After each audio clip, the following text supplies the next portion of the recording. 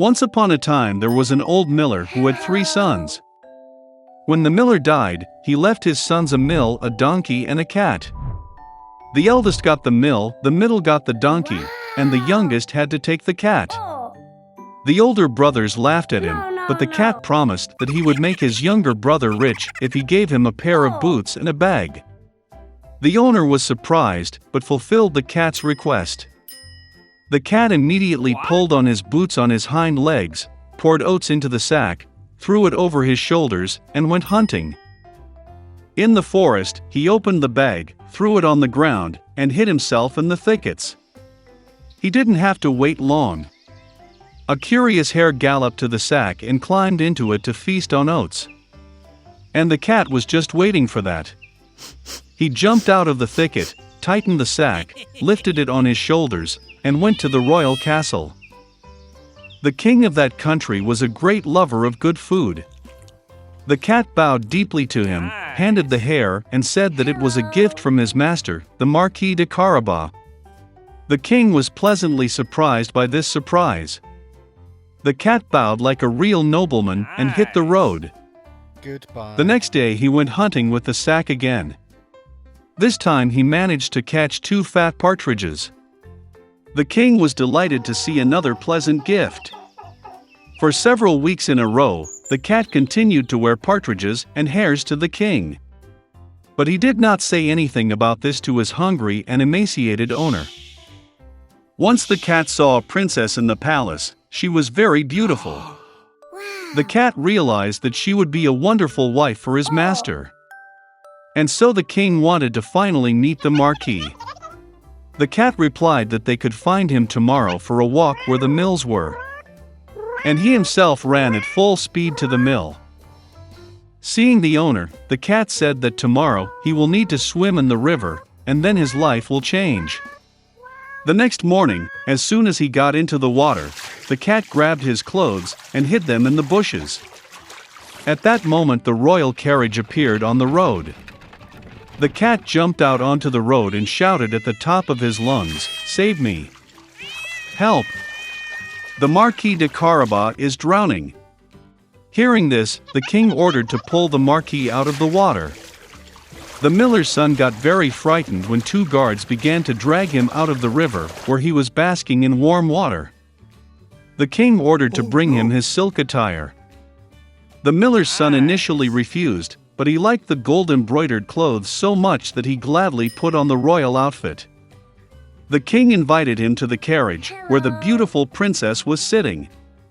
The miller's son was dumbfounded, but without further ado got into the carriage. A minute later, the carriage rolled on through the fields and meadows that belonged to the giant cannibal who lived in a huge castle. The cat wasted no time, and what was the spirit rushed ahead of the carriage towards the meadow, where the reapers were working in the sweat of their brow.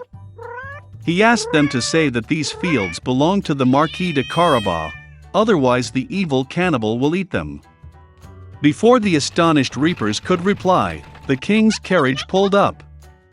And when the king asked whose meadows they were, they answered in a friendly chorus that these fields belonged to the Marquis de Carabas. Meanwhile, the cat went straight to the man-eater's castle. With feline dexterity, he jumped over the stone wall and made his way into the castle. The cannibal was sitting at a large table laden with various dishes. Seeing the Puss in Boots, he was greatly surprised at such impudence. The cat began to tease the giant and said that he could not turn into a lion. Before the cat had time to utter these words, the cannibal turned into a huge lion with a shaggy mane. The cat's soul went into his boots from fear, but he overcame it and said that the cannibal could never turn into a mouse. The terrible lion disappeared, and a small mouse appeared in its place. And that was all the cat needed. In the blink of an eye he caught up with the mouse, caught it, and ate it. At this very time, the royal carriage drove into the castle courtyard. Opening the carriage doors, the cat bowed politely and said that he was glad to see everyone in the castle of the Marquis de Carabas.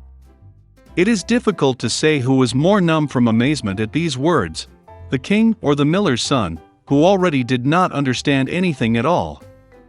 The cat took the guests to the table. At the end of the dinner, the king, having eaten to the fullest, said that the marquis was indeed a very worthy man, therefore he would gladly give his daughter to wife. The princess was happy, young, handsome, and besides, she really liked the rich marquis. Soon they played a wedding. So the miller's son married a princess and became a prince. All of them lived happily ever after, especially the cat, who proudly paced the palace in high boots. There lived a husband and wife. For a long time they already wanted to have a child, but he was not there. One day, my wife fell ill. The husband asked her what she wants the most. The wife replied that there was a magnificent garden nearby, where many of the most beautiful flowers grow. There is a beautiful Rapunzel in the garden. It looked so fresh and so green that she really wanted to taste it. But the garden was surrounded by a high fence, and no one dared to enter it, since this garden belonged to one witch. She possessed great power, and everyone in the world feared her. The husband loved his wife very much, and decided to get a Rapunzel for her, no matter what it cost him. And so at dusk he climbed over the stone fence into the sorceress's garden, in a hurry picked up a whole handful of green Rapunzel, and brought it to his wife. She immediately made herself a salad from it, and ate greedily. She liked this salad so much that the next day she wanted even more than before. The husband made his way into the garden again, but the witch was already standing in front of him. She glared at him angrily and said that he would pay a lot for stealing the Rapunzel. He asked the witch not to be angry, because he tore off the Rapunzel for his wife, who was very ill. And he loves her so much. Okay. The witch's anger passed a little, and she said that if it was true, she would allow him to collect as much Rapunzel as he wanted, but on one condition. He will have to give the witch the child who will be born to his wife. The husband agreed with fear. When the wife gave birth to a daughter, the witch immediately appeared, took the child with her, and named her Rapunzel. Rapunzel became the most beautiful girl in the world. When she was 12 years old, the witch locked her in a tower. That tower was in the forest, and it had no doors or stairs. Only at the very top was a small window. When the witch wanted to climb the tower, she called Rapunzel to pull her sides down. And Rapunzel had long, beautiful hair. She hears the voice of the witch, loosens her braids, ties them up to the window hook, and the hair falls down, and the witch then climbs up, clinging to them. Hello. Several years passed, and the king's son happened to ride a horse through the forest where the tower stood. Suddenly he heard singing, and it was so pleasant that he stopped and began to listen.